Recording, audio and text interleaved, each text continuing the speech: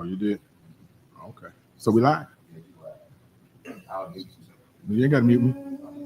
Yeah. I can talk for the next couple of minutes.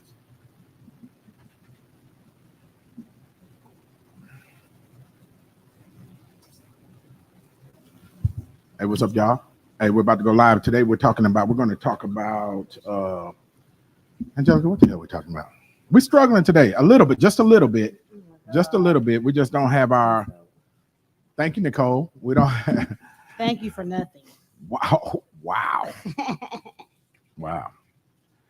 So y'all, I hope y'all having a good day today. And in fact, this is a good time to check the sound on social media if you want to.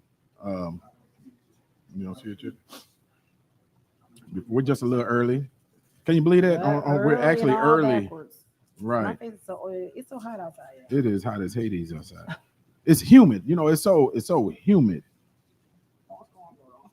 Right. Yeah, I see it on here. Let me check the sound. Yeah, sound is good. Hey Josh. Today, can you actually check the comments while we're talking to?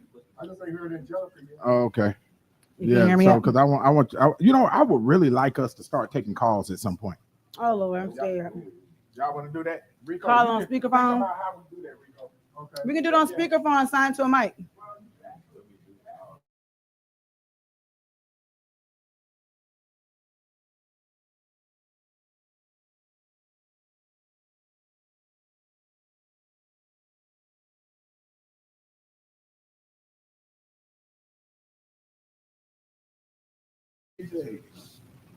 Man, y'all see how Angelica always in my space, man. I help you out. Look at it. Well, I'm telling you, boy, I can't have nothing, man. I can't have nothing. Okay. Oh, wait, what did I say? What the? Okay. Immigration and ICE. Okay, guys. That's all the same thing. Okay. And 5 o'clock. Okay, y'all ready to go? Whenever. Okay.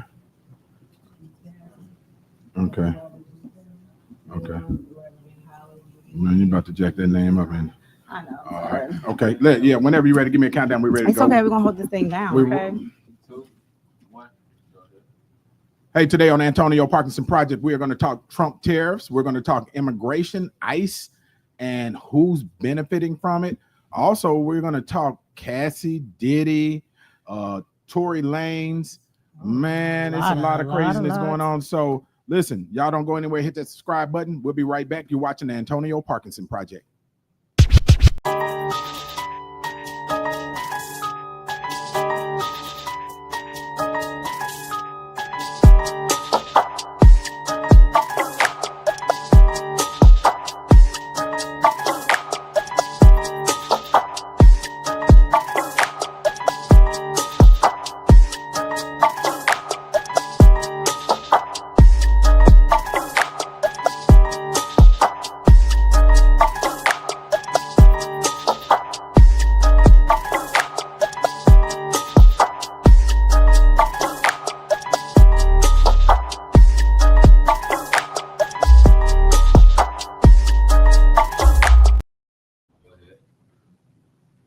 Welcome back to the Antonio Parkinson Project. I am Antonio Parkinson. You're watching the fastest growing visual podcast in the Memphis market. Let's go, baby. Man, hey, this segment right here is brought to you by popularmail.com. If you want to get that gear, hit popularmail.com. They got it for you. Happy birthday to my wonderful co-host, Angelica Jelly Woods. Not in the yet. building. It's Don't her make birthday. Oh, yeah, y'all. Oh, Shawty, it's your birthday. We're going Boy, I'm telling you, man. Because Parkinson's it's not my birthday, y'all. Don't make me older than what I am. Give me a couple more days. But she's in her birthday realm. She's in her birthday realm. Y'all women, y'all started this thing. Y'all start celebrating your birthday 30 days out and 30 days after. I've never done that. I've never celebrated all month long. It ain't your birthday yet. We already celebrated. It's the weekend. I always do the weekend before if my birthday doesn't fall on the weekend. I never have celebrated the whole month. Is that right? You got plans for your birthday? I don't have no plans. Maybe my husband has some surprise plans. What y'all think? Oh, well, he got to have them now. Exactly. That's why I put it out there. Put it out there. I'm gonna get down, Mitch. Down, Mitch. Ooh, Mitch. Look, Mitch, I got a spare bedroom for you just in case you don't come through. If you Send him know, right on over. No, he man. can sleep in the backyard. Damn. I'm just joking. Boy, no, she ain't. Look at Josh look is on really tickled too. Look at Boy, that look we on her didn't put face, on man. Josh. I'm trying He to was tell really you, man. laughing. Man, listen, Angelica. First of all, truly happy birthday to you. Thank you. We celebrate with you, and Is there like a cake or like a check coming out or something? Yeah, Mitch, make We sure you celebrate have with something. you. I thought something was coming around the corner. I got You got it something over for there? you. I got a little something for you. Oh, Man, boy, it's a okay. hard crowd in here when it's your birthday, man. Damn, boy. They had me taking out trash, picking up food, handwriting notes. Like, what, I ain't supposed to do nothing in here. Right, Good and Lord. then your air went out on your birthday. Yeah, I was in a hot car with no air. Lord, I'm like, can y'all hurry up on time? I'm See, telling you, the one time she's early, right? I'm always early. Man, hey, but Always. listen, it's hot out there Why for is real my too. face so big? It's this kind of weather that's happening, right? It's so humid out there, right? Very This humid. this tells you that there's some shit coming. No, it don't need to come until after May 20th. It don't need to come to after Don't May come to 20th? after May 20th. I want to hit the patio tomorrow. Oh, okay. So She want to not do some tomorrow. patio So pimping. not a patio pimping, but I do Patio love pimping, not views and partio get pimping. vibes. Okay, That was really the whole Iowa way of saying patio pimping, not partio pimping. that's what I said. My goodness, boy, I'm telling you, boy, my goodness. Hey, y'all, listen, but on a much more serious note, y'all Sad give it up for my DJ. That's my DJ, DJ Kojak, and That is your What? DJ. I'm so glad your DJ. There you go. man, where the Scratch it up one time, Kojak. Y'all hear that? damn, where the hell is Kojak? I don't know. We even for real got Kojak. Okay. Man, we got Kojak for real, right? Yep. Well, I guess he'll still be my DJ after it's all said and done. He's still your DJ. I'm Last joking, time Kojak was a no-show. I saw Kojak at a concert in Oh in yeah, Nashville. that was too funny. Right, Yep. yeah. I forgot. Ran right into him I'm in lying. Nashville, though, right? Lying. Yeah. What's the chances? Right, Lying. man. Yeah, but shout out to Kojak, DJ Kojak. Hope everything's working out for Yes. you. We appreciate you. We'll hold it down for you. But listen, man. Listen. Speaking of Nashville, the word is out there that under these new immigration executive orders, where President Donald Trump is removing, according to them, undocumented immigrants. Man, this shit is wreaking havoc. It's sad. Yeah, it is. And there's a lot of video out there, but a couple things have happened, right? Shout out to all the people that voted for Donald Trump for president, and you get Put a womp womp when you do the edit. man, Womp, for real. womp. Yeah, you get the foghorn, I right? promise. They get the foghorn, but think about it, right? They all was voting and pushing, for Trump, and now this whole deportation thing that's going on. It's crazy because Nashville, they raided. All week long, 196 people have been detained. Almost 200 people, right? Almost 200. That's crazy. Yeah, that's a lot of people, right? But look, what's crazy is they raided Broadway in Nashville. All of the restaurants and the clubs and the venues in Nashville, some of them had to close because they didn't have people working in the kitchen. They're some of the best workers. I'm sorry, y'all. I was gonna say something, but you're gonna clip me. I ain't gonna say it. No, he deported the wrong ones and kept the wrong ones. No, he deported the right ones that was working right and kept the wrong ones. That's what I gotta say, because the ones that's here, I'm sorry, that's all I'm gonna say. We experiencing that right now. Do not clip me for that Parkinson. Man, look. He took the good ones, Lord, because everybody. I can't tell if that was racist. I ain't gonna say you can dance around. I'm just saying. Shut up, Parkinson. See, that was not racist. I'm sorry, it's work-wise. Look, you said the kitchen is closed. We're being affected. There's people that are doing labor. I have a contractor right now. He can't even find nobody to work in there. Is this the spin? You put the spin on? I'm about to PR clean up. Look, clean up, right? It's just that the people that are doing labor, hard work, showing up. It's just they're gone. I mean, the ones that's left, they're like. And now they are afraid to show up at work. The ones that did not get caught up in the sweep, right? But you think about it, right? These, because I want to say, I don't know I think it was Kid Rock's Club was one of them that got raided, either Kid Rock's Club, one of those singers clubs, right? That was a big Trump supporter. Was one of the ones that got raided, and they're Trump supporters, right? But there you go. Shit, who finna come do them jobs? Exactly, right? And then I saw an ad where I think this is out of Florida, where they were running an ad for pickers, right, to come and pick, I guess, oranges or whatever, right? And they were offering 12, I think $10 to $13 an hour. You already know our cousins. You know our cousins ain't gonna go do it. So let's just be real. Who gonna do the work? Man, listen, man. Hey, but it's not just from an economic standpoint. You know, I've also seen video of, you know, raids happening on the East Coast in one of the cities. I forgot which one it was, where they were literally snatching the baby away from the mama. That's heartbreaking. Putting the mama in the van.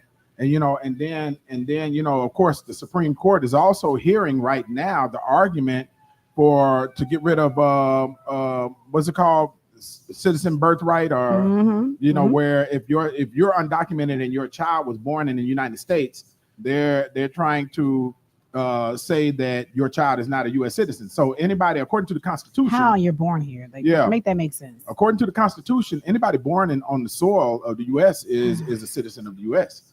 And so, but Trump is trying to undo that by executive order. Man, can I just give some numbers though? Yeah, please. Absolutely. Houston, Texas, approximately 500 deported. This is within a week. Okay, it's 500. That's 500. All right. This according to Texas. Shut up, Parkinson Tribune. How you say it? Texas Tribune. Thank you. I said it right. All right. Florida, 1,100. AP News said that. And they said the Trump administration has proposed deploying 20,000 National Guard troops to support mass deportation efforts. And this is in a week? Yeah, that's a week. That's a week right here. Yeah, and the other part to that is it is alleged that, or they're saying that the Tennessee Highway Patrol has been part of you know, helping ICE. So Tennessee Highway Patrol is state police. ICE is immigration at the federal level. Okay, I didn't know that. And they're saying that the THP has been assisting ICE in these roundups, but you have states that are having their state police to apply to be partners with the ICE agents. They can't be doing anything else possibly. Man, there's nowhere else we can use them. I'm just saying, especially in Tennessee. You know what else they could be doing. And another thing, I think they raided Club Miami in Nashville. It's a Hispanic club, predominantly Hispanic club, and they had hundreds of people that were sitting out there, and they would not let anybody move unless they were able to, you know, I guess check their status or. I'm gonna say, who walks around with documentations like that? We don't even. Do we? You know, and listen, I think it's important to note along those notes. Seriously, I think it's important to note for Black folks, just because they're looking at Hispanics. You know, if you look like an African, you know, you could be on the list too. Yep, exactly. Yeah, and so, man, you know, you can't take this for granted, and you can't be asleep at the wheel, you know, in this situation. So. But where does Core Civic come in at all this immigration? Okay. Yeah, Core Civic. So Core Civic is applying for they're I think they're either getting the contracts or they're applying for the contracts to be the entity that houses or detain, you know, creates the vehicle for detaining these quote unquote suspected undocumented immigrants. And let me tell you who Core Civic is for those of you that don't know. Thank you. Core Civic is the ones that own the private prisons, right? And it started here in Tennessee. It was under the one on Union Spring Road, by the way, 2 of them. Oh, okay. Yeah, and it started out, you know, the private prison industry started in Tennessee. And it was known as, it wasn't Core Civic at first, it was known as CC something. I forgot what, you know, but yeah, we'll have it up. But anyway, the point is, you know, people don't realize too that this whole roundup of undocumented immigrants is about money, right? And about contracting, right? Because they have to have, you know, places to house under what is the new concentration camp, you know, these prisons, right? And as the feds, y'all remember, President Obama, I think it was, or Joe Biden, one of the two, started ending all contracts with the private prisons, right? And so now here's the new fandango. Here's the new president come. Yes, y'all new strategy, right? We'll get you your money. We'll just now direct it at, you know, what, you know, anybody that's considered undocumented. Somebody had a question. Yeah, I think we kind of addressed it, but I want to just address it just in case. Someone asked, do you think the government should be able to take children that are born in the U.S.? I mean, in the U.S. and their parents were not. I think you already addressed that, but what is your take? I think any child that's born in the U.S., according to the Constitution, is a U.S. citizen. Thank you. Okay. But there's a push. I think the Supreme Court opined that the president can he could export even U.S. citizens. The Supreme Court said that the other day. But the person had a good question. But shouldn't the child go with their parents? So this is the term, and it's an ugly term. This is the term that they use. They call them anchor babies, right? Anchor babies, right? Lord. They say so you got undocumented parents or an undocumented parent, right? And the baby was born here in U.S. soil, so the baby is a U.S. citizen, but the parents are not. And so how do you remove the parents and leave the baby here? The baby has to have their parents. So they said the baby is an anchor to the parents. Gotcha. Right. And I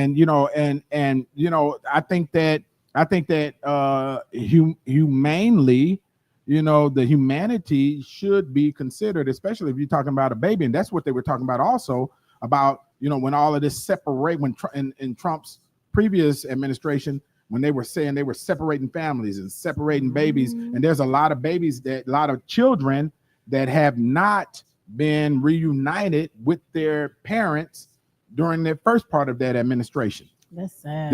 Hey, y'all, if you are not following this shit, this shit is crazy. So while y'all over there talking about popping fans and putting your boot on the ground, it's a lot of stuff happening around you. Josh, I think we got some video. Don't we have some video? Run that video.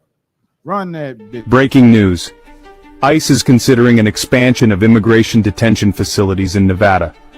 The ACLU of Nevada has obtained documents through FOIA revealing that private prison corporations, such as CoreCivic, have submitted proposals to ICE. CoreCivic, which operates the Nevada Southern Detention Center, asserts they are merely responding to ICE's requirements and emphasize that their facilities are subject to significant oversight. However, ICE states that these proposals are solely for informational and planning purposes without any commitments. They did not specify why Nevada is a target, or if they anticipate an increase in detainees. The ACLU, however, is raising significant concerns. They argue that expanding these facilities could result in family separations, erode trust in law enforcement, and compromise community safety. What lies ahead? What are your thoughts? Will this be beneficial or detrimental? Hey man, y'all better understand this shit. Y'all better understand how this stuff works. This stuff is really, really serious. And it's the undocumented Hispanic population now. But how do you tell if me or myself or Angelica, how you tell that she's not from Ghana? How you can't. A lot of people do say that. When I've gone out the country, they have said I was from there. I'm serious, which I accept. I feel like I'm misplaced. Oh, girl, you from South Memphis, girl. I'm from Iowa. Be quiet, really. Man, my really. Dude, just taking it around with it, man. Yeah, we're gonna definitely be next. I'm serious. It's already we next, and they're gonna miss shit people off, and they ain't gonna try to get you back. I'm so yeah. I tell you, man, we are in the most interesting space, and I'm gonna keep on programming this until people get it right. How with this Trump administration and everything that's going on, and all the executive orders, DEI is removed. Right now there is nothing that even allows Black folks to get a government contract now. Can I say something about DEI? Something. It just came out like a couple of days ago that last month Black women were the most people that lost their jobs. Yes, but it was 106,000 jobs, wasn't it? Yeah, they didn't say if it was. They don't know if it's really. They're trying to say maybe because of that, but yeah, Black women were the most. Yeah, that's crazy. Yeah, it is, and and y'all, when I say there is a full onslaught, to make this a white completely. It's already white male control, but a completely in every crack and crevice. When I say these folks have been thorough with their plan and their strategy to literally carve out anything that has to do with anything other than white male control. And then, you know, they just the other day, they moved. Damn, we should have pulled this video, but it'll be in post. Just the other day, you know, they had their first government-sponsored plane load of white South Africans that were imported into the United States and said that they were basically refugees based on discrimination. But how when you're deporting people? Well, you bringing certain people in, but deporting other right. people. Well, that goes to show you, you know, because you know, and we'll probably cover it. It'll be some video in post, but we'll probably maybe cover this story next week. But you know, the South Africans coming out of apartheid, they're saying that they were going to get their stuff back, right? The properties that was taken from black South Africans from, you know, white South Africans, and so now them white South Africans, through Elon Musk and President Trump, feeling like they've been persecuted. Now they are being repatriated here in the United States. That was part of the plan. They got another agenda with that. But man, we already over segment 1 already. That man, bad. Listen. But also, you know, I want to touch on too before we leave the segment. So the tariffs, right? Trump tariffs. Yeah. Trump's tariffs. The stock market has had a great bounce back over the last 5 days. Coincidentally. Right. And you know, the Trump administration and their team are in conversations with China as we speak. And I think that there was going to be a reduction in tariffs on both sides. And I think we got a little video. Josh, run that video. Lower tariffs on Chinese goods are now in effect. Last week, the Trump administration agreed to drop the taxes to 30%. It's pretty big still, down from 145%, while China has dropped its taxes on U.S. goods to just 10%. The Trump administration has also slashed tariffs to as low as 30% on packages from China that are worth less than $800. Analysts say the move will allow China-linked e-commerce sites such as Temu and Shine time to ramp up shipments and restock their U.S.-based warehouse. So, Steve, it's safe to say the stock market has absorbed the shock, the initial shock of the tariffs. You actually have, what is it, S&P, NASDAQ actually up for the year. So it appears they've absorbed the shock, in part because those numbers have gone down a great deal, but also just because right now the economy still seems to be going along quite well, even though there's some real concerns moving forward. Yeah, that's absolutely true. It's a little bit, I think, more the former than the latter, in the sense that the market has come to believe, rightly or wrongly, that Trump did all this stuff with the tariffs. The market reacted unbelievably badly. He's had a parade of CEOs through the Oval Office telling him these tariffs are a disaster, prices are going to go up, we're not going to be able to get stuff from China for any practical price, and it's going to be terrible for consumers. And so I think in his own unique way, I think he's trying to walk back from this, and he's trying to find his way off the ledge he put himself on. The deal with China, pretty much everybody who's looked at it essentially says it's a capitulation by the United States. We put the tariffs up, we took the tariffs down. The Chinese have yet to do anything in response. And so... Didn't they drop it to 10%? No, well, they dropped their tariffs. But in terms of what we're worried about is China subsidizing their exports, unfair trading practices, dumping a lot of stuff here, hurting our companies. And that's what's supposed to happen over the next 90 days. Right. But I'll predict, as what happened in Trump 1.0, when we went down exactly the same rabbit hole and didn't find a lot of rabbits, we came back with not a lot, and then the tariffs partly came off. Hey, man, listen, to all of you that did not take advantage of the opportunity when that stock market bottomed, you know, when they first started, you know, announcing these tariffs, man, these folks, man, Trump's folks, and, you know, all of them were talking about how much money they made, right? Because them stocks bottomed out. Folks bought the stocks as soon as they announced, hey, okay, by the way, we didn't mean it.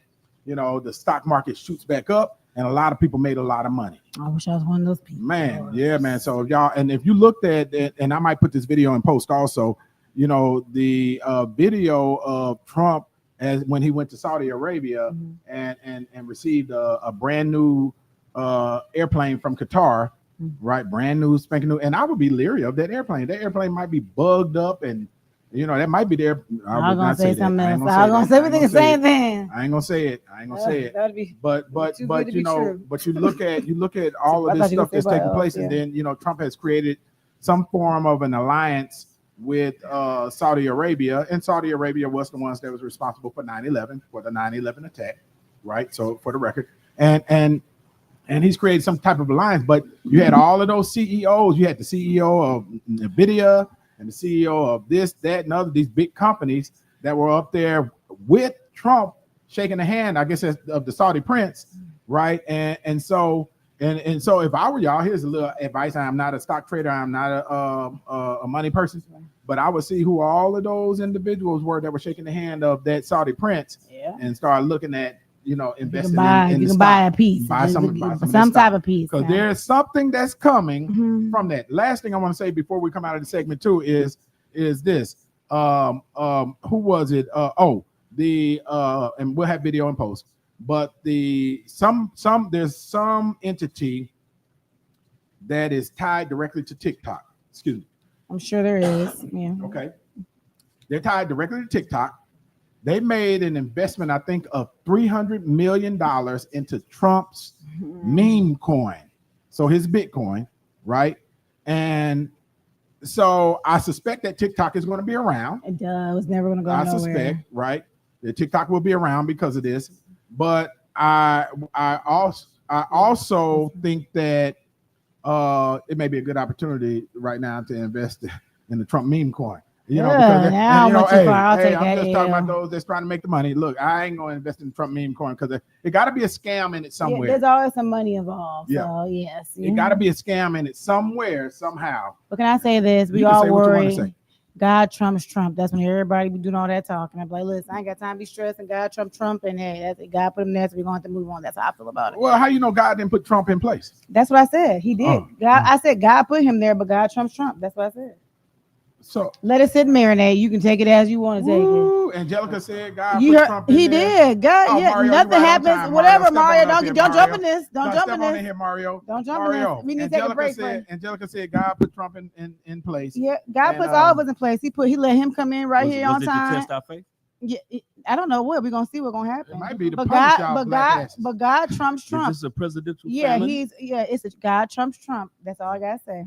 You know what the thing about people. Oh Lord, we had this segment now. When he starts, think about that. We should ignore that doorbell ring. Our culture, we have faith in what we believe, but sometimes what we believe be BS because we be afraid of things we shouldn't have no fear of. Better speak. That's what makes me not afraid. If we see, we have to put political people in our life. We need a president in our own circle. We have to have councilmen. We have to put people in place. But when you don't put people in place to make sure your business straight, then of course your affairs are laid in the hands of other people because you was the president of your own life. Yeah, that's true. I don't feel no president because I understand that whatever he does, I know how to make it work for me. If he raises the price, I raise my price. Man, not just that, but this is a strategy. This is a strategy that I've adopted, in the Tennessee legislature.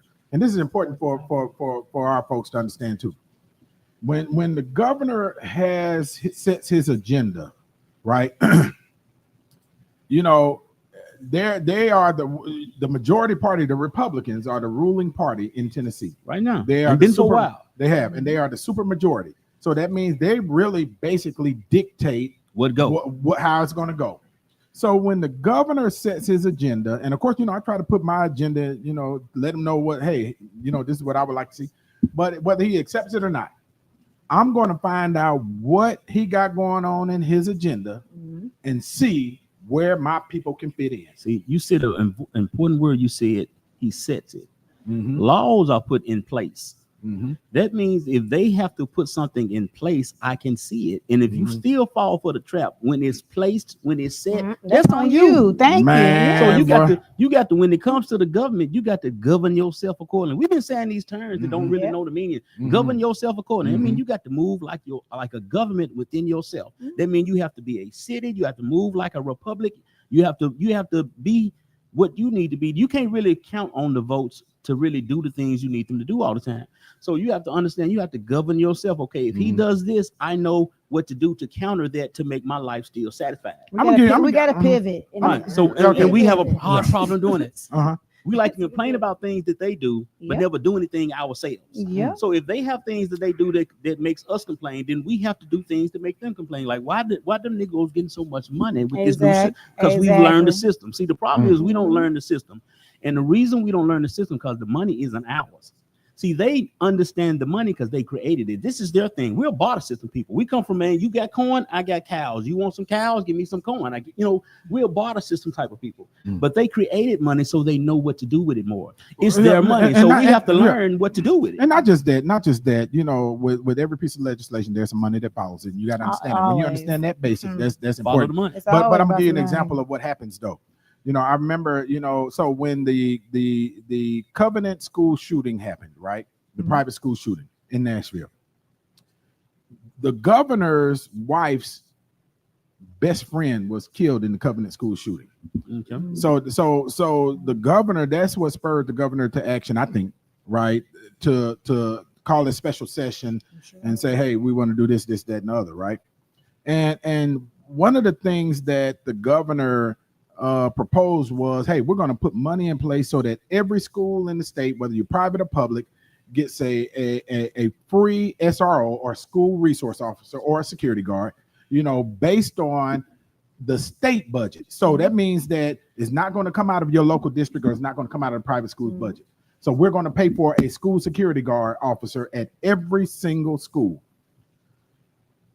The Democrats, my party, well, the Republicans, they called some Democrats and said, hey, we're going to make this announcement about these free school resource officers, and we want y'all to come and stand with us in the announcement, right? I said, shit, I'm there, right? Solidarity. Right, I'm there, right? Because I'm thinking about Raleigh, Egypt. Right. Raleigh, Egypt's going to get a free SRO that Shelby County schools don't have to pay for. I'm with it, right? And now, my reasoning might not be because I'm scared of a school shooting. I got my reason is because we got these heads that are in the school. Let me show you something. And hang on one second. But my some of my Democratic colleagues got mad at me for supporting this idea. But when the law, because he makes the announcement and a law has to follow it to make it law. When the law came, every one of them voted for it. And I just looked at him. I said, so I can't support it. You had you was mad. You had something to say about me standing there supporting this idea earlier, right? I don't give a damn who drafts the law. I don't care whose idea. If it's good for my people, I'm with you. Yeah, plain and simple. I'm gonna tell you what happened at I don't know if I should say the school, but at a school yesterday. Two young men got into it. This school has metal detectors, but after a certain time, they pull the metal detectors back because they only go through the metal detectors when the school starts. So the kids done figured out if you come to school late, you can bring your item in. Right. Two young men got into it yesterday, and one tried to assault one with a knife. He pulled a knife out, and the kid went into the hallway to avoid being stabbed. And that's when the school officer saw the kid and was able to knock the knife out of his hand. So we do need those officers in place because there's things happening in the school system. Like, why would you have metal detectors for a certain amount of time? Now, if we're gonna metal detect, we're gonna detect all day. It should be there. So if you have things in place that the negative people know how to avoid, there's things in place, things we can use that are in place for us that we can use. See, when I said the other day, Section 8 is our reparations. Now, we complain about reparations and say we ought to get reparations for this. Let's do something about the reparations and use properly that we are getting. You're not getting reparations, and for a whole nother conversation reason. But if you have $32 a month rent, in 5 years, if you ain't rich, you stupid. Hello, thank you. Can we? I'm gently push back on that. Okay. I'm saying Section 8 is our reparations because there are more white people on Section 8 than there are black folks. Well, that's true. Yeah. But we have to use whatever means we have to get ahead. Yeah. So if we're going to complain about something, anytime I see a person in a position to do something better for themselves and you don't take advantage of that position, then that's your fault. You can't fault a person. Yeah. This economy is non-racist. It don't care if you're black, white, Puerto Rican. The people that you think are holding you back, they busy trying to keep their lights on too. So this economy is almost not as racist as you pretend or think are projected would be. There are things in place to hold you back. But if they're in place, that means you can learn and go around it. It might take you more, might take you a little more money, but there's no reason or no excuse to hang your hat on what you can't do. Now, the energy that you speak of, what you can't do, you can be doing something that you can do. We don't support one another for one another. But let me gently push back again. I do think the economy is racist, because and from the vantage point from the perspective of that there was a major head start that happened. Way before. So without them addressing the head start, as a matter of fact, them getting rid of DEI actually, kills your ability to even have a conversation about the head start that was given. And because the goal, even though black folks didn't benefit from DEI like they thought they were, and white women did, but the goal was to start to begin to equalize the playing field from the head start that was given. I'll give you an example of many head starts. The fact that when all of the soldiers came back from the wars, World War I and II, and Vietnam, the white soldiers were given the GI Bill so they can go to college. They were given that money. Black folks didn't get it, right? The opportunity in housing. Black folks didn't get it, right? We can go back further than that, and you can't. And so there's there's a whole plethora of things that even in appraisals of housing, right, that tie into that, that what is part of that racist economy. Now, but however, if in America, there are opportunities at every millimeter of an angle that you turn, right? There are opportunities everywhere, and we all have something to sell. Right. Absolutely. Yeah. And so and so we have to get, change your perspective and not forward. being, from being a victim to being an individual that, and we've been victimized. Yeah. That's true. That's true. But we don't need to get stuck there. But that's the key. Control the controllable. Okay. He's the president. Okay. What are we going to do about it? Watch this about DEI. Yeah. In the efforts of them eliminating DEI, I would hope those, because see, there's a lot of minorities that are making these multi-billion-dollar companies move. See, a lot of these companies are benefiting from having a smart, intelligent brown woman in that position that's helping that company move forward. What I would hope would happen is, okay, you don't want to hire me, this black company that really can't afford to pay me the six figures, let me get a partnership with you, and I can do what I do for them for you and become a partner with your business. So if you don't want to hire us, this actually can work in our favor if we start taking our intelligent people and partnering with these mom and pops that really can't afford the six figures. See, some of these people that work in these companies that are DEA hire are just really intelligent enough to be there. They wasn't a DEA, just intelligent enough to be there.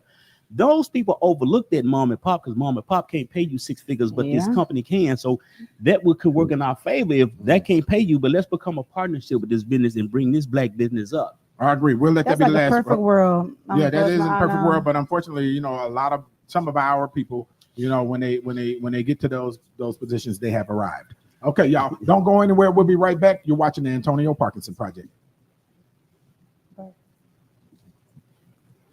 Can we bring her on at the same time on this? Yeah. Come on, Narisha. Come on, baby. And his height is like perfect shot.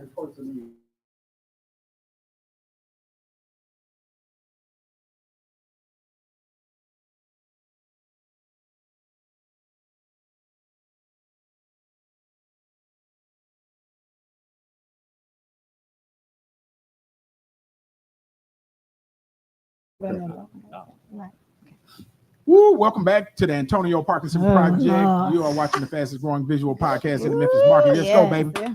Let's go. Hey, wait, hold on. Them Negroes didn't clap. Wait, let me this fella up in here didn't do nothing. I ain't got to tell you the rules. You see, when I dip, you dip. I don't know. My husband said y'all talking through the countdown. We can hear y'all. And Josh, I need you to Rico. Coach Josh, Rico, Josh looking at the screen, not looking at us. Josh, little namaste over there talking. Josh, go to Angelica. Look, Josh, stay focused on us now. Listen. Was this a DEI? Josh. Oh, right. Josh. Oh, wow. Man, Josh said no. Look, Josh didn't take the joke. Listen, Y'all give it up for the birthday girl. It's her birthday. Angelica Jelly Woods is her birthday.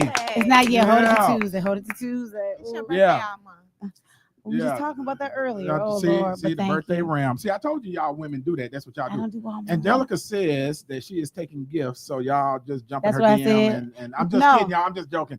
Cash App my nanny. Don't send me nothing. Okay, thank you. Cash App my nanny. I'm gonna drop it. I'm gonna drop Venmo, Cash App. Don't give me nothing. You're gonna get some nanny credits built up. Yeah, build my nanny credits up. Thank you. Okay. I don't know if you put Cash App out on now because they jacking Cash App, so you might want to. It's not mine. It's a nanny. But you know they can send money through. They can send money through Messenger now. You got iPhone, right?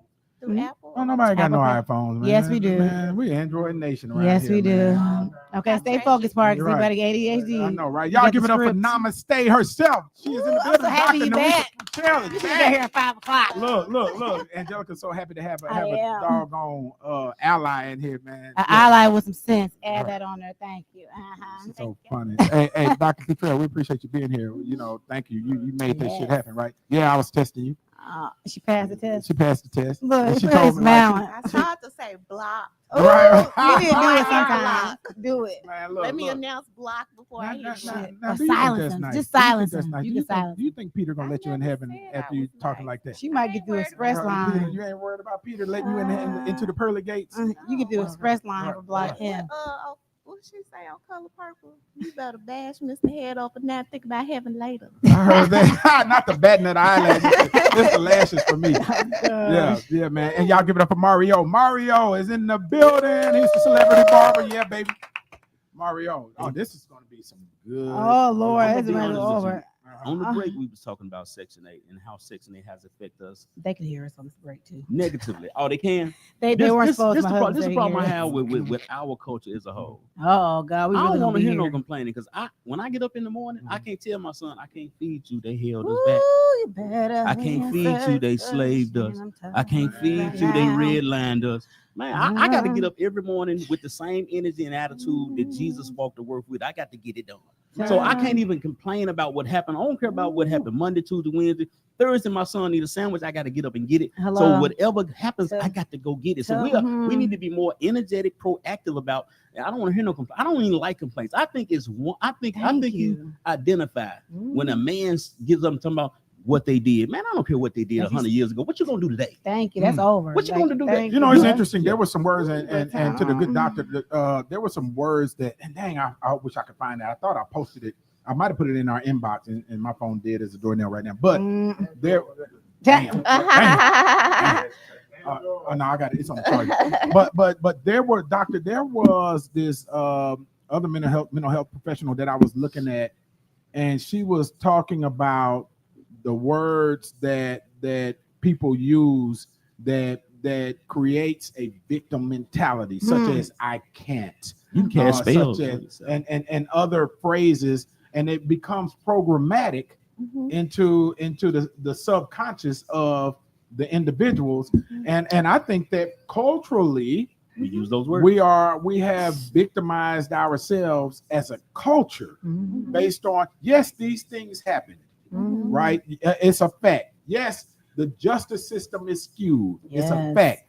Yes, we were redlined. It's a fact. Yes, they get all of the contracts. Yes, healthy food is not available in certain communities. Right. Yes. All of these things exist. And it reminds me of the conversation in the previous show, where, I think we have become a culture in some aspect, because I'm gonna clip this and they're gonna come for me when I say it. A culture in some aspect that has learned to lean on victimization. I'm gonna tell you something. Wait a minute, let me go to the doctor first on this. You think so? Oh yeah, I want to hear what you got to say about that. How I you feel don't about disagree. That? I mean, what she is saying to you is the equivalent of what you hear a lot of therapists say. The way you think affects the way you feel and affects your behavior. So if I think I can't do something, I'm going to feel like I can't do it. And I'm not going to have the motivation, the determination, the things that I need in order to get it done. So yeah, we keep saying to ourselves, well, this thing happened to me, and we stay focused on that. Then you don't change your energy into what needs to happen in order to change that thing. These things are barriers, but they're not the end all be all to keep us from doing things. They just have kept us from doing it.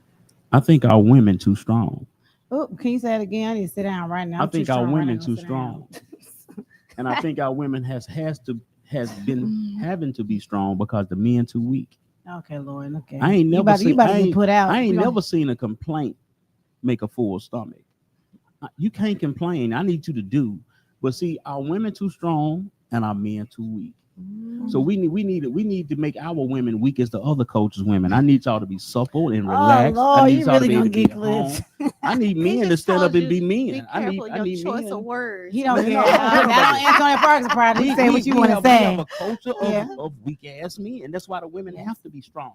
Thank God I didn't get one. I don't like the fact that our women have to be strong. Why our women got to be bodybuilders and other cultures? They women get to relax and raise kids, but we got to go. Our women got to do the same thing the men do. And culturally, I see all the time on social media, men say women don't be quiet. And yes, they do. It's you. They don't be quiet when you talk because you ain't saying shit. They don't move the way you want them to move because they've been seeing how you've been moving. Why would they listen to you when you lack leadership? So how you gonna tell a woman to let you lead when she been seeing what you've been doing to your life? She just like you because you cute. She don't look at you as a man. You just a fun boy. But when no guidance, no vision, no hope. When you are in the space as a man, when you in the space that you're supposed to be, I ain't never had a problem when I walk into a room full of women. If I wanted them to listen to me, I ain't never had a woman talk while I'm talking if I needed to say something. Even when women say, you can't send me a what you doing text. I send them all the time because about what you doing means so. I send it on purpose. Just because society say you can't send what you're doing, I send what you're doing because my what you're doing is stronger than the regular what you're doing. I got you. Women don't even require men. If you're a real man, you can go 50-50 with a woman. She has no problem fighting. If you sit down and make it make sense, look, we can go 50-50 for 5-7 years, pay this house, I'll pay this car off, and stack us 30,000-40,000. She with that. But you don't have a plan that's worth going 50-50. So if you don't have a plan that's worth a woman going 50-50, why should she spend half? Because you ain't leading me nowhere. It's not like you taking me to another successful level. So if you don't have the energy that it takes to be a man, say the words, you're not gonna get women to respond to you properly. So Lord women Jesus, they always listen to men. They always in a position they love leadership.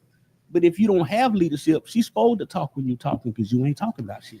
Oh Lord, well, can I put this disclaimer out there? I'm even thankful that I have a man. I don't have those issues. Praise the Lord. Thank you, Jesus. That's all I gotta say.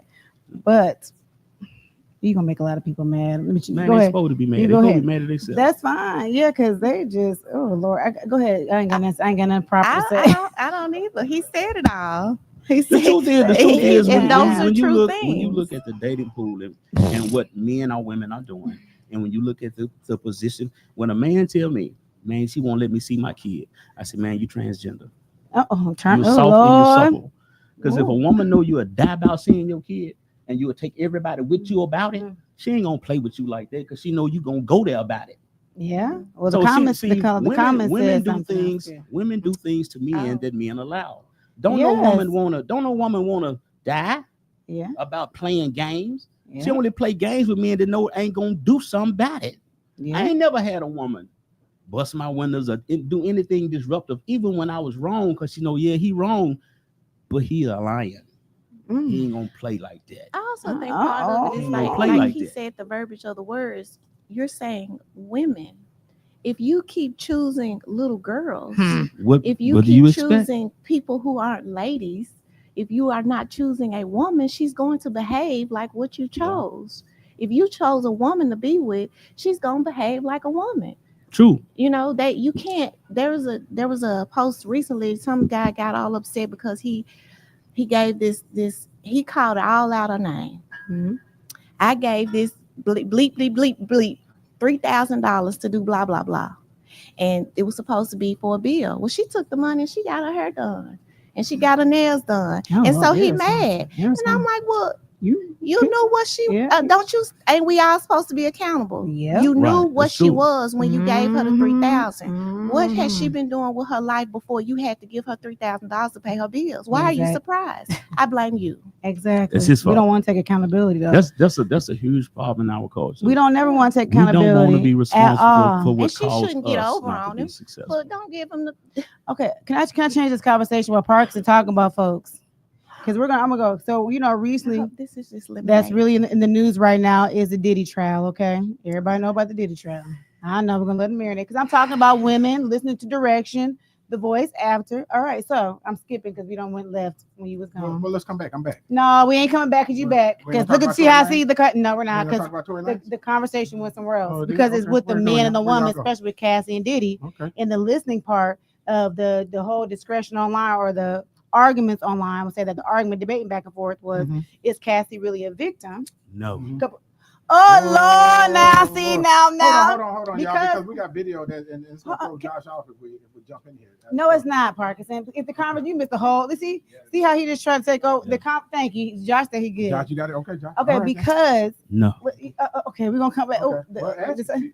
I'm about to go there because I'm gonna come back tomorrow. I'm not about to play with you, Jesus. Oh, look. I was holding it down where he was going doing. He would talk bad about us. We did that. So now we're way off track. Huh? No, we was, but I pivoted back to what we were supposed to be doing. Okay. Well, I'll leave for 1 second, boy. The whole show just goes. It did. Marlo, because he said about listening to the direction of a man, because they're saying like Diddy trained her to do freak offs. She didn't know. I'm standing up. She was trained. I'm looking at the psychiatrist. She was trained for these things. She was in a relationship for 10 years. Okay, so some people are saying like, no, she was no victim, especially with the text messages being released. Others are being like, Marlo, I'm scared to even hear what he gonna say. I'm gonna tell you the truth. Oh Lord, Marlo, we're gonna be here arguing. While y'all go back, let's run that video, Josh. Yeah, drop the video, Josh. After over 2 years in prison without incident, Tory was stabbed 14 times just days after a major explosive in there. Of course, Cassie Ventura is one of the key witnesses, the star witnesses for the prosecution here in New York City, in Manhattan, in the courtroom. And it was the day of all days. They really needed to key in on Cassie's involvement with all of this. Because if you look at the indictment, the original indictment, it's all about freak-offs and how Sean Combs set up this big enterprise, this big sex trafficking enterprise, paying people, transporting escorts to have sex with Cassie. I mean, it was explosive. It was disgusting to hear the allegations. And really, Cassie had to get into it all. And it was the first time in 6 years that they had seen each other. So really, it was something to see. I mean, they haven't seen each other since Kim Porter's funeral. Oh, wow. And for Diddy to see her for the first time, it was just all very interesting. He's stoic. He's not doing much. He's listening. So are his family and friends. So it's really interesting to see.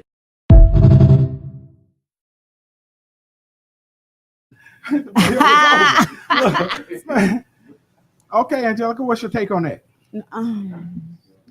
I don't think she is a victim. First of all, Marlo. Well, we're gonna let him because sometimes we can be in dysfunction so long it becomes normalized. Oh, that's so true. So sometimes time goes by fast. There's a fear factor that's in place. If you look at it too, people are they're isolated and conditioned by fear of what can happen to. Oh, you give me the scary eyes. Oh no, I'm just being attentive. I'm listening, and I'm not listening to. I'm not used to that on the show. You know to what you're saying. I'm not used to that on the show. Thank you. Her job is to listen. I'm just listening. Thank you. Right. I'm not used to that. Cut over here too. I'm not used to he read his eyes going everywhere like this. Well, let Mario work. I mean, okay, come on with your soliloquy then. And ain't got nothing to say. Look anyway, at that. So, look, okay. But okay. I think that's what happened because a lot of her first encounters, even with I don't like talking about sexual stuff online like that. The giving of Cassie does. Oh Lord, Mom. You know who even I am, with right? I know. That's why I'm scared. Oral sex. That was her first interaction with oral sex. Everybody has a first though. I know, but sometimes if that's your first that might be your normal standard. You may think that's a normal. I don't know. I can only go by what. Disagree with that. You know, neither Diddy or they might say Cassie's team disagreed, so that might be. I hate to say like you might think oral sex is Oh Lord, God forgive me. Laura sex may be you'll give you some Polypedal head and some and licking your butt, and that's your first interaction. And your standard may be that she may go to next. Look at the psychiatrist look, and you may go to the next partner think it's a standard. You know what I'm saying? She's with him for 10 years. She was young. She was really young. Well, yeah, you know, there's, and I think we're, you know, look at Rico face. Let the doctor opine. You know, there, you know, maybe, you know, you can look. Okay, let me give you an example. You know, if we had Sharita on the show, you know, and she was talking about, you know, her being molested. Right? Them things carry over, and so and they carry over into relationships too. So, being promiscuous. Doctor, go ahead, doctor. Please, I don't hear what she's gonna say. Is there a question? What's your take? You think she's a victim? I think that she has been. Now, the problem is that we like to speak live up just a little bit in the mic. You know, I got a little voice. Come to the mic. And I don't get into yelling. Okay. I just got a little voice. To where the fans at? Come on. All right. I just danced in. I ain't got to talk. Okay. No, but I think that we continuously, no matter what the subject matter is, when it's something we want to believe, we want to live in a black and white. She either a victim or she ain't. He either a monster or he ain't, and that's not true. She has been a victim. Now, did she become complicit at some point? Sounds like it. Dysfunction. It sounds like it, but that doesn't negate the fact that at some point she was one. Kim Porter was complicit at some point by her own words. Was she a victim at some point? She was. But you can't have these conversations because people want to be like, well, no, when she did this, she was no longer a victim. Yes, she was one. And her whatever happened to her before then, just like whatever may have happened to Diddy caused him to be who he is. There we go. There's no, this starts here and that's the beginning of someone's story. What happened before then? But we all have to have consequences for that. I don't know. I have not been watching it a lot because honestly, what they talk about is not the thing that is problematic for me. I can deal with that. I've worked with sex offenders who abuse children and all kinds of things. I can deal with that. What I can't deal with is the oversimplification of people that continues to allow victims to be continuously victimized. When you put all this attention on the person who was hurt, that's how come we get these abusers that continue to get away with it, because there's the standard of, well, you know, they let me. You knew you was wrong when you did it.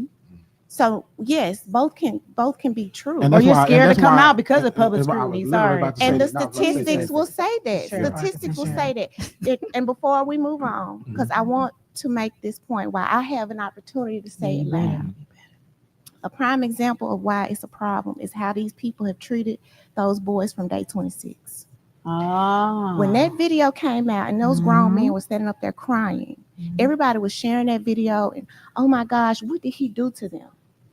For you to have grown men crying, what did he do to them? Tell that story. So, I don't know. But tell us. They were like in Making the Band, part of the Making the Band. In front of your mic. Day 26 was a group that Diddy had. You remember Diddy had all this stuff about Making the Band. Yeah, Making the Band. Whatever he did to these young men, because they were adults at the time, but they were not 25, right? They were young. They were young. Whatever he did, they would not even speak about it, but they were all standing up there crying and talking about how it had changed and destroyed their lives, right? So it went viral.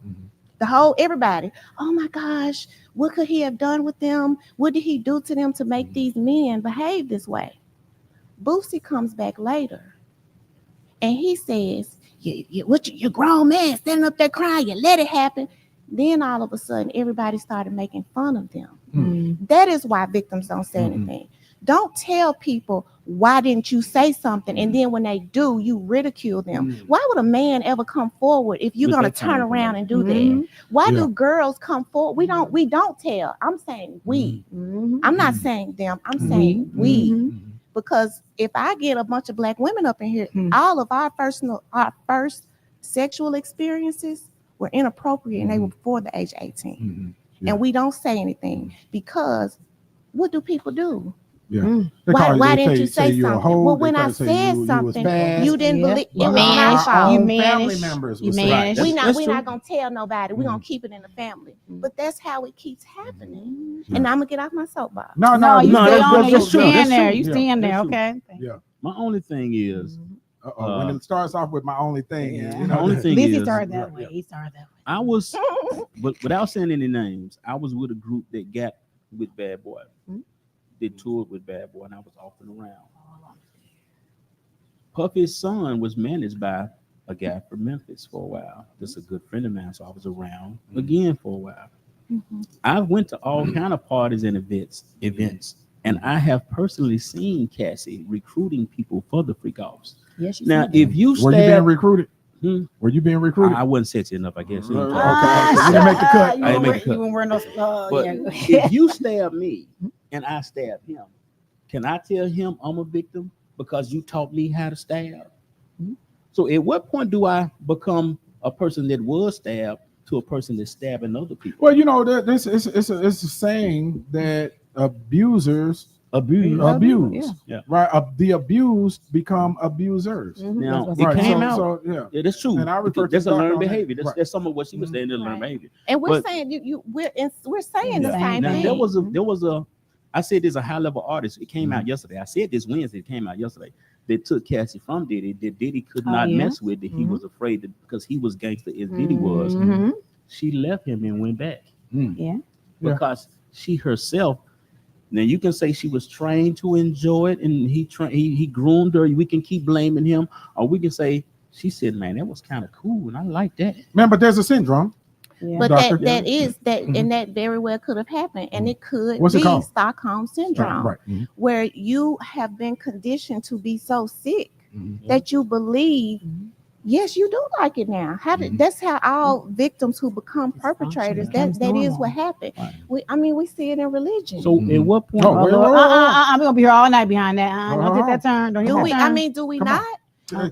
If your religion has taught you I have a problem that with the religion way too. to suffer is to get to where you need to be, Oh yeah. then you accept that. And it's not just Christianity. There are Well, I ain't gonna other lie. religions She's on something. that say that. Because we've been crippled by religion more than we should be. Because when I'm looking for sports teams and all these churches got these elaborate gyms that won't allow the people in the community to play in. That's a different rabbit hole. That wasn't the rabbit hole that the doctor chose. The doctor chose a rabbit hole, and you chose the one beside. Well, see, this is the thing. It's all parallel. This is the thing about religion. They have hindered our success based on the parameters that they have put us in, and we have been so used to just hoping when we don't have enough churches saying, okay, let's get up off these church pews and do something. Because I have a problem when churches and preaches to a people that's financially distraught, but there's no Wednesday night financial class. Pastor Ricky Floyd said that he said if your church goes missing today, would your community even know it was missing? Yeah. How long would it take? How long would it take before they know you're gone? Doors are closed. Right. Right. So I don't think the church does enough to finance anybody other than themselves when it comes to the church. I feel like most churches. I feel like we should be better off because we are gathering every Sunday. We meeting every Sunday. So what are we doing with the gathering? I think you have a responsibility to raise the life of the people instead of saying, but just stay in hell right here. Heaven coming after you die. Give me that 10%. But some people rather just give you the fish and not learn how to fish.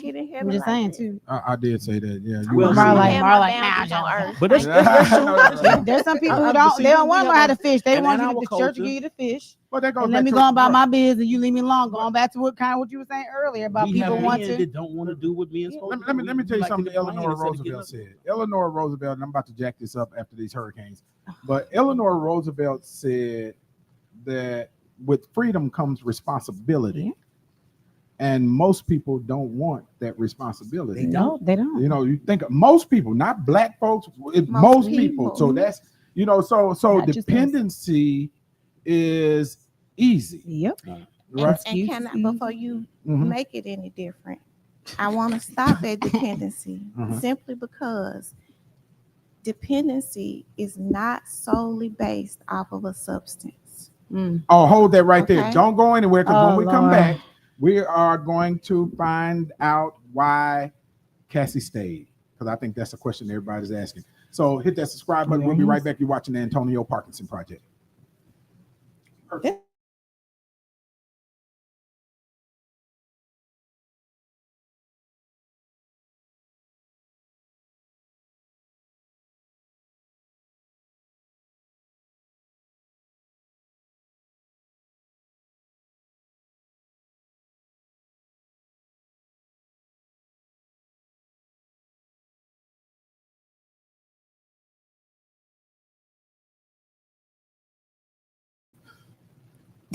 The conversation between the conversation. They probably hear us. I'm telling you. Welcome back to the Antonio Parkinson Project. You're watching the fastest growing visual podcast in the Memphis market. Let's go. Come on. Oh, very good. Y'all They get it now. They get it. They've been conditioned. They get it. We have Right, learned. you know, and y'all give it up for the birthday girl, Angelica Yes, Jellywood's yes. in the building. Yes, she is. She is. Dr. Narisha Futrell is in the Yes, building. I'm so proud of yes. you. I just always want to say that publicly. Thank you. Yeah, y'all give it up for her. Y'all give it up for her. She's absolutely amazing. Very, very incredibly brilliant mind. Yes. And she hails from Orange Mound. Okay. Right? Yes, she does. And y'all give it up for Mario. He's the celebrity barber in the building. Yeah. Appreciate it. Yeah, see, we conditioned them to clap. Now they're clapping. Right? Oh gosh. You know, yeah. there was this thing. I It's love an having. acceptable response. I'll take that. Yeah, I love having a doctor in the building. There was an experiment that took place Oh, one that was time, scary. where they had an individual to come into a room, and they would ring a bell, and everybody would stand up. Mhm. And so the individual that came into the room was sitting there looking, and then the bell would ring, and the other people that were already in the room before they walked in would stand up and then sit down, right? And so after about 3 or 4 times, that individual that was sitting down, that walked into the room last, the bell rang, and that person stood up, right? And it was for absolutely no damn reason. Right. And so it goes to show you, how conditioning can work, right? And how, people will merge with a group for acceptance in their environment. And the environment. And so the question was, before we walked out, was, in all of this, right, why did Cassie stay? I think there's a lifestyle outside of the things that she didn't want to do. If there's a list of 10 things on the wall, and if I don't like 2, but I like 8, I'm willing to stay and deal with the 2 for the 8. I don't know about them things. Jeez. I know the doctor. I know. We all. How many people go to work that they hate, but they still go for the paycheck? So we all have some peeing in my mouth though. I'm sorry. We all have some ditties in our life. Your job could be your ditty. Oh, that person you in a relationship could be your ditty. But we all have. We all. There's a lot of people who have things that force them to do what they don't want to do for the money. So people who don't understand. That's a really good point. People who don't understand what Cassie did for the amount of money she was getting will say, "Man, I can't believe she did that," and jump right up and go to a job they hate. Yeah. They're gonna right there, jump right up and go to a job they hate. But so that experiment that you're talking about has been duplicated in a bunch of different forms, but the most popular is the Stanford prison experiment in 1971, where they had individuals to come and take part in this experiment, right? We got 2 groups, men, okay? Half of the men were supposed to portray the prisoners. The other half of the men were supposed to portray the officers. And it became so realistic that these people, regular people, abuse these men as though they were real officers abusing people. And this shouldn't be happening anyway, right? But these people got physically hurt. And then at the end of that, when they were interviewed, the guys who were officers couldn't explain themselves. This is not in your nature. You've never been a violent person, which is why you were chosen to participate in this experiment. How could you turn into somebody that almost took another man's life? We got to take you out the experiment because you almost killed somebody. You got so deep into this role that you were playing. But it didn't start off here. Y'all be these people. They were groomed, they were trained, and they became that, right? Now, I don't think he's wrong about Cassie, but I'm going to continue to go back to it's not black or white.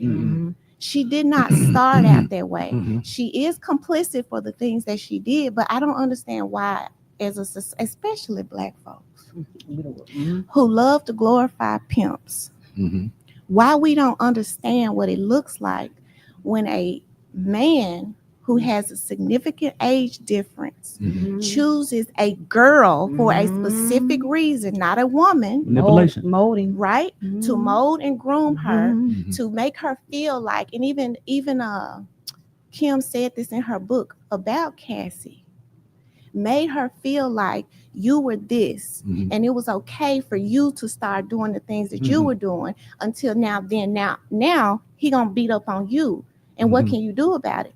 Why do they go back? Stockholm syndrome. Why do they go back? Yes, there's money involved here. Finances, it's a whole plethora of reasons. Career, fear. Nobody, And they the want to make it just black and white. Well, when she was getting beat so bad, people stay all the time who get beat. If you go down to where they deal with the children, DCS, or where they take these children away from their parents, they want to go back. They want to be with their parents. They want to be with the person that they think loves them. That's what they that's what shown whether them it's genuine love. or not. They think that's love. Yeah. To them, they believe. Yeah, they Right. knew that. And I say this all the They time. knew It's the norms. same way. It's the same way older men in the neighborhood manipulate the minds of young men to become gang members. Absolutely. That is also a form of pedophile. Absolutely. That's always anytime you have to manipulate the minds of young people when you know you're wrong, that is pedophilia, and you should have a sign in your yard. And but we don't spend enough time there. We go back it. to they once they become complicit, it's a gamut of the whole thing. She was ill. I hope that she got whatever she needed that makes her not only address what happened to her, but if she's really gonna heal, she has to address the person she became because of that when she became complicit. But we spend way too much time talking about her. He is the one that's on trial. When Aubrey O'Day gets up there, I would love to see what it sounds like then, because she was one that's been telling it from the beginning. Why people always talk about why ain't nobody say nothing. She was telling it from the beginning, and they told that little white girl to shut her mouth. She been telling. She sounds like more of a victim because she never became complicit to me. This is true. She still was a victim, right? She's more of a victim. They continue to the cycle, maybe. Right? I'm more lean toward her because she was like, I don't like this. I'm out. I'm gonna say something about it. We can say but in the courtroom when judge is there and the jury there, of course everybody gonna say I was groomed. But that's why daddies are important. Slope. Like, I feel like it, they all hold a responsibility. You're a grown person. At a certain point, you got to be like, you're liking it and you're continuing on behavior that you know is wrong. We can't say, Cassie, you didn't know this was wrong, because you not only said yes to those things, you went out and recruited people and gathered people to do things. But if she was recruiting people under him to be a pleaser to the person that she was conditioned by, so she's still under the umbrella of we're dealing with the trauma. We're dealing with an incredible amount of trauma. Here's another parallel example. When officers or whoever go after drug dealers, right? We go after the runners. You go after all these little people to do what? Get them to flip. To do what? After you give them the flip, what you trying to do? You're trying to get the big dog. Get the big dog. You don't act like the big dog never existed, and you stay with the peons. And that's what we do to victims of abuse. I think they're going after Diddy, though. I believe they are. In regular world. I gotta say this though. If we're missing a big part right now.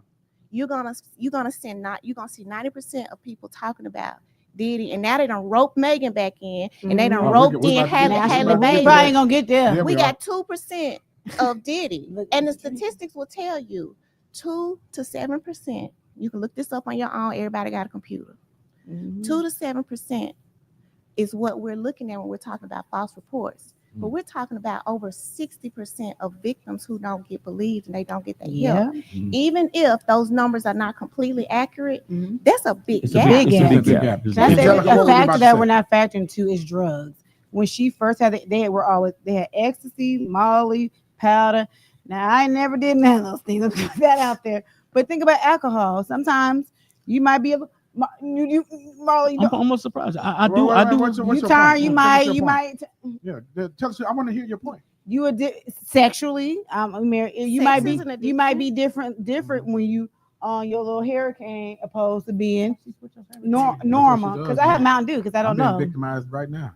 You get what I'm saying? Like a hurricane. There's certain things, even ecstasy. I don't know what's an ecstasy. There's things that make them really hypersexual. Ecstasy make you want to have sex with your That's not even a hump. I don't know. There's things, or even like when people are strippers. Some strippers I will give you that. Get into the game. They start off like, okay, just take a shot, girl. This drink, they numb themselves, and then by the time they put in their mind like, I gotta do this for school. You like, ma'am, it's school. You pass, But I tell ourselves lives, and we just dug responsibility in. more so than a woman. If a woman is willing to please you, you do have a responsibility not to make her do something that you can manipulate her to. I will say that.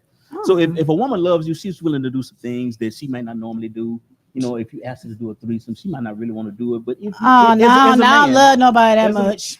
As a man, you should know when a woman is comfortable. I think doing it's it just things. to please you. Again, I'm in a gray area. Because it's been times that as a man, you know when a woman's really not comfortable. Don't force her to do something because you have a responsibility to be. I know. But your verbiage is important. You said as a man, you know when a woman is not. Yeah. So as a man, you also know that I can convince this younger person who's inexperienced, and she gonna say, yeah. You should be responsible enough to say, you may be afraid to tell me no, but I ain't gonna even let you force this on you until I feel that you're comfortable. So there is a responsibility. Or you fully aware of what it comes with. Some people don't know what it comes with. There is a responsibility, even if she's willing to do it. You got to be man enough to say, no, I'm not gonna press you like that. Yeah.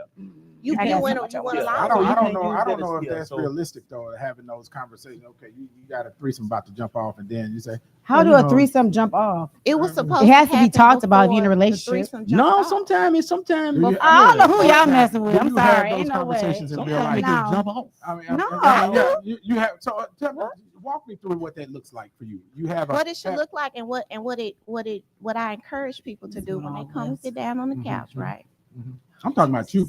Me? I said her. At my age, I don't have a problem saying, "Nah, you know what? That ain't we ain't even gonna talk that about ain't it. That. Don't bring it up. That's a non-negotiable for me. Right. But you see the groom in at the beginning of it. No, I ain't gonna let you groom in. If you'd have asked me at 19, if you'd have asked me at 24, depending on who that man was, damn, I missed out. And what you were on? I might have been like. Because you was young. But see, that's why I will say this. Diddy did have control. Good to me. I will say that Diddy has a power and he does have a power about him that he knows how to manipulate people. So he does have a responsibility to say, man, I know you do this because who I am, but I ain't gonna. And you want to do? I ain't gonna. They said she recorded records upon records upon records, and he didn't produce nothing. He was like fish hanging, all kind of angles. They were just like two. But they're saying Halle Bailey is manipulating. That's what they're saying. After they dropped the receipts. Wait a minute, let's run this video. Josh, run the video because Angelica it's the last video. Halle Bailey claims DDG attacked her multiple times, gets restraining. She attached all the photos of the bruises on her arm, the chipped tooth, to the restraining order. This was the exact moment when it actually became public. He was on stream with Aiden fucking Ross. Yo, stop these fake allegations. This is a father. This is a real person. This is why I paused originally earlier, because what is the first thought that comes into mind when you hear shit like this? If your first thought is like what they said, man, we not trying to hear all that shit, man, stop the false allegations or whatever, that is detrimental for you and people around you. Now you make it unsafe for women around you, and you make yourself liable to fall into bullshit ass traps because you can't fathom that, hey, maybe something happened here. Don't know what's happening, and the first thing you're hearing from people is, it didn't happen, it didn't happen. He didn't even read he didn't even read immediately. That shit didn't even happen. That right there is the mental trap that so many young men fall into. We go from victim to victim. Man, so hold on 1 second, Mario. Hold on, YouTube. We're gonna have to keep y'all on the show because y'all got a good dynamic. We have to split them up. Right, but listen, in the clip that we showed, they were talking about so apparently DDG was doing a Twitch or a live stream. A lot of people watching. And the allegations were dropped the allegations that he had physically physically abused. Let me say that again because I don't get the burp in the clip. Physically assaulted her. That was the allegation. Okay, the allegation was. Tell us the allegation. The allegation was that he physically step up to your mic. Say it again. Start from the beginning. Yeah, you've been conditioned. Physically assaulted her in front of their child, and it was vicious, allegedly, where he slammed her face into, I believe, the dash of the car. She has pictures of the bruises where he was grabbing her. The baby was present, but of course the baby can't speak. Her tooth is chipped. Yeah. Those were the allegations. Let's be clear what she went to the police.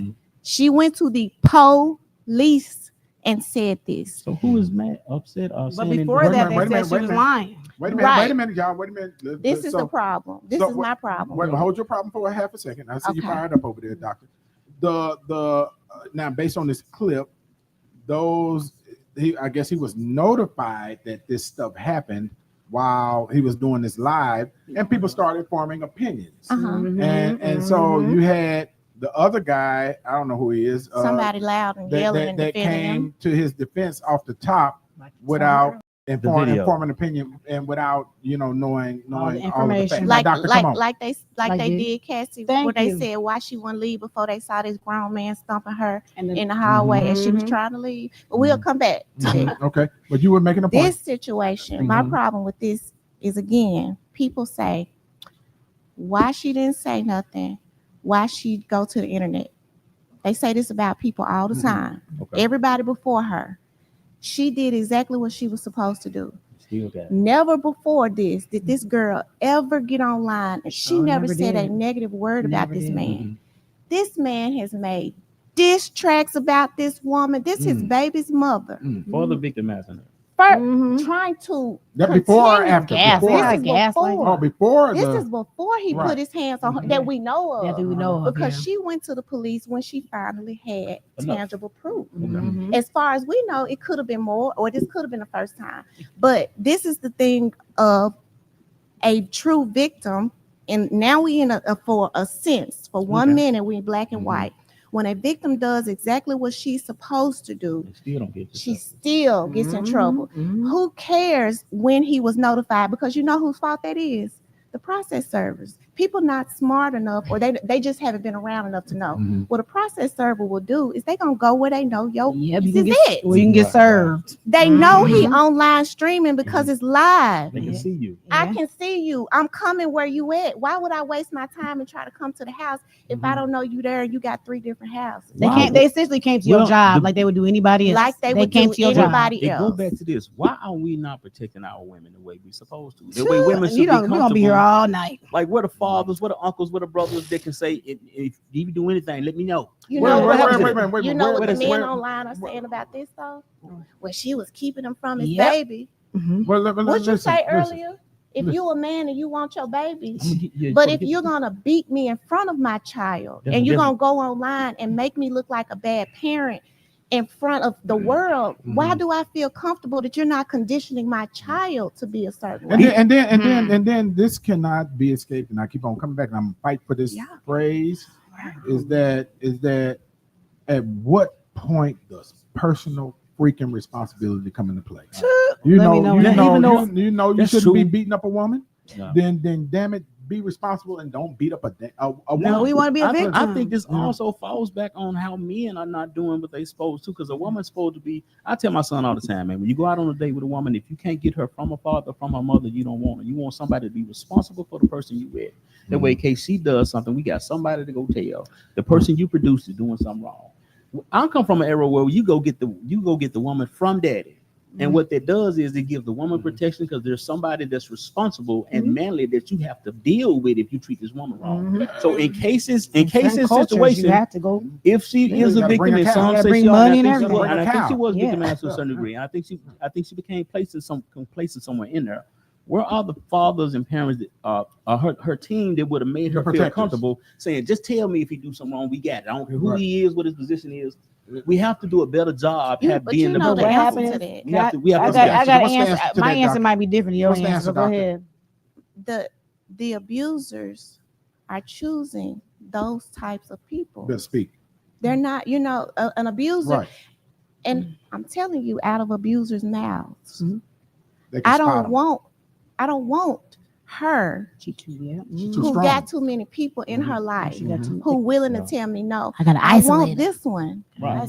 She gonna need me, and then once she needs me like a drug, then I'm gonna do whatever I want. I ain't gonna lie. But can I say that too? But even what he's saying about calling, but some people may know their daddy crazy or their uncle got one strike away, and they don't want to cause out that hecticness and just be quiet and keep. Some people do that. They are look person like, no, call him. As a father, if I had a daughter, it doesn't matter how she feel. If she's getting abused, we got an issue. She has to tell you. I know my child. I always say some uncomfortable. Right. You got I always say the children become victims because they are left unprotected. They're left to the truth, and that's plain and simple. You know, we just passed a law this year that says individuals that are convicted, I think it's so many different or so many domestic violence issues, they go into a registry in Tennessee. I think we're the first state that has created that. You know, because we had to put domestic violence court back here. You know, we had it, and then it was gone for a while. We had to bring it back because grown people. Listen. Yeah, I couldn't tell you that one. But grown people can't keep their hands to themselves. But people were dying. You know, these women were dying. You know, at the hands of domestic violence. And we also passed a law. I passed this law that says any court that hears domestic violence cases, assault cases, can issue orders of protection from that court. So you don't have to go another step, right? You know, to get that order of protection. And that's going to save some lives. I hope anyway. Yeah, I'm gonna tell you that's going to save some lives. We need a purge law where you can protect your property. When these young men come on your another hole, boy, you are the rabbit hole king, man.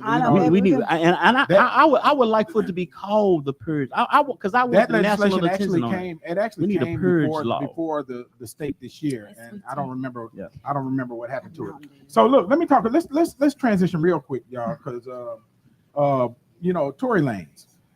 Right, this is an incredible story, just a crazy story. So Josh, you're gonna have to go back to that video, which is okay. But it's a victim situation. Of course, the story is, Tory Lanez. They said he shot Megan Thee Stallion in the foot, in the pinky toe, and then he went through a trial, and he was convicted without DNA evidence and these other attributes, right? And then he was there's information that has come forth, and before let's run that video, Josh. After over 2 years in prison without incident, Tory was stabbed 14 times just days after a major national news outlet reached out to Megan Pete's team, Kelsey Harris, and former DA George Gascon about a story on new evidence in this case. You don't have to believe in conspiracies to see the pattern. When evidence was about to come to light, Tory was nearly killed. So let's stop pretending this is complicated. Let's stop treating this like some cultural war flashpoint. This is about a man, a father, a son, Daystar Peterson, who has sat in a prison cell for over a year based on a case that wouldn't pass the smell test in any honest courtroom. The prison system can no longer guarantee his safety, and that alone should be grounds for immediate action. But combine that with the overwhelming evidence of a botched investigation, and this becomes not just a legal issue, but a morale emergency. Tory Lanez deserves a new trial. He deserves due process. He deserves a pardon. And if justice still matters in America, he deserves to go home. So what now? What do we do now? We're all here today. We are calling on Governor Gavin Newsom, the California Attorney General, and the public at large to act. If you believe in due process, sign the petition now on the Caldwell Institute page that Gianna Caldwell mentioned at change.org. Let your voice be counted. Let the system know that we see what's happening and we won't stay silent. We can't be a nation that claims to value justice but looks the other way when a man is buried beneath the. Can I say something about that? Yeah, you can say what you want to say. There's so many people that's wrongly because I got because to be conditioned to be what honchoed. But anyways, yeah, he got the takeover spirit. He don't know. Shot fired at me. But no, there's so many people that's wrongly accused that's serving time that has been stabbed. Why are we making this? That's oh wow! I didn't know she was going there. Well, but we don't call no petitions. But they don't have the impact, the money, the media to get the attention they did. But there's a lot of people that's wrongly accused that has been assaulted in prison and that deserves to be pardoned or retrial. That's not going to get one. Well, let's be honest. Just saying, sometimes it takes a celebrity or somebody who has some fame to get a light in that corner. So let me jump in. Maybe all those people can come on. Let me tell the rest of the story before we get to part. So first, he was stabbed, I think 14 times, right? And his lungs collapsed, and and he was on his way out. Yeah, torso everywhere. And of course, many rumors, flew out there, conspiracy theories. But the day before that, it had come to light by the bodyguard of the young lady that was with them. And he said that, and I'm paraphrasing, that her name is Kelsey, that she was the one that shot Megan Thee Stallion in the foot. And Kelsey was pleaded the fifth in the trial, so she was never they never pulled it out of her, and she pled the fifth, and Tory Lanez was convicted, and they saying there was no DNA evidence. There was there was residue on the hands of two individuals, and they said that she was in the passenger seat and that the gun likely came from the passenger seat when the shot was fired. And so now, and then when that evidence, when that guy comes out publicly and says that, then he gets stabbed the next day 14 times in the prison. So that's where we are today. That's where the conspiracy come from. And that's where people are saying solid. Yeah, people are saying that they were trying to take him out, right?